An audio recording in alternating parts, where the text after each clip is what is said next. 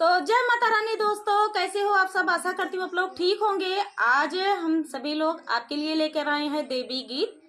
तो धमाकेदार देवी गीत है, तो सुनिएगा और बताइएगा कैसा लगा। देवी पचरा गीत तो सुनिएगा और बताइएगा कैसा लगा। तो चलिए सुनाते हैं आप सभी को ये प्यारा सा गीत। 12 बजे से 1 बजे तक, 12 बजे से 1 बजे देवी का आसनवा डोलेला, देवी का आसनवा डोलेला। 12 बजे से 1 बजे से 1 बजे देवी का आसनवा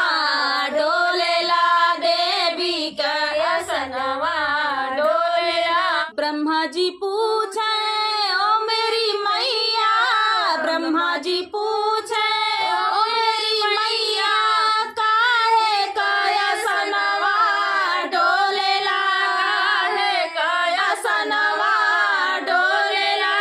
अरे हमरे दुआरे एक अंधा पुकारे, हमरे दुआरे एक अंधा पुकारे, नैना देते सनवा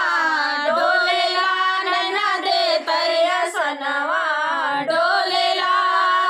12 बजे से 1 बजे तक, 12 बजे से 1 बजे देवी का आसनवा डोलेला, देवी का आसनवा डोलेला।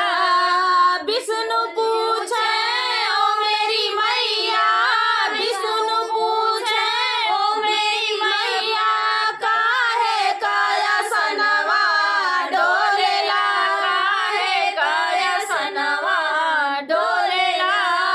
हमरे दुआरे एक बाजिन पुकारे, हमरे दुआरे एक बाजिन पुकारे, लला देते सनवा डोलेला, लला देते सनवा डोलेला।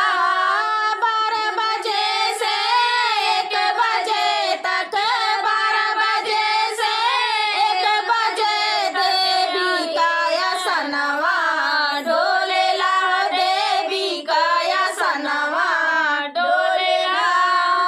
शंकर पूछे ओ मेरी मैया, शंकर पूछे ओ मेरी मैया, काहे काया सनवा डोलेला, काहे काया सनवा डोलेला। हमरे दुआरे निर्धन पुकारे, हमरे दुआरे निर्धन पुकारे, धन देते सनवा डोलेला, धन देते सनवा डोलेला। 12 बजे से 1 बजे तक, 12 बजे से 1 बजे देवी के आसनवा डोलेला, हो देवी का आसनवा डोलेला। रामा पूछे ओ मेरी मैया, काहे काया सनवा डोलेला, रामा पूछे ओ मेरी मैया, काहे काया सनवा डोलेला। हमरे दुआरे एक कन्या पुकारे, हमरे दुआरे एक कन्या पुकारे, वर देते सनवा डोलेला, वर देते सनवा डोलेला। 12 बजे से 1 बजे तक, 12 बजे से 1 बजे देवी का आसनवा डोलेला, देवी का आसनवा डोलेला। तो दोस्तों ये प्यारा सा देवी पचरा गीत आप सभी को कैसा लगा कमेंट में बताना दोस्तों। तो मिलते हैं नेक्स्ट वीडियो में, तब तक के लिए जय माता रानी।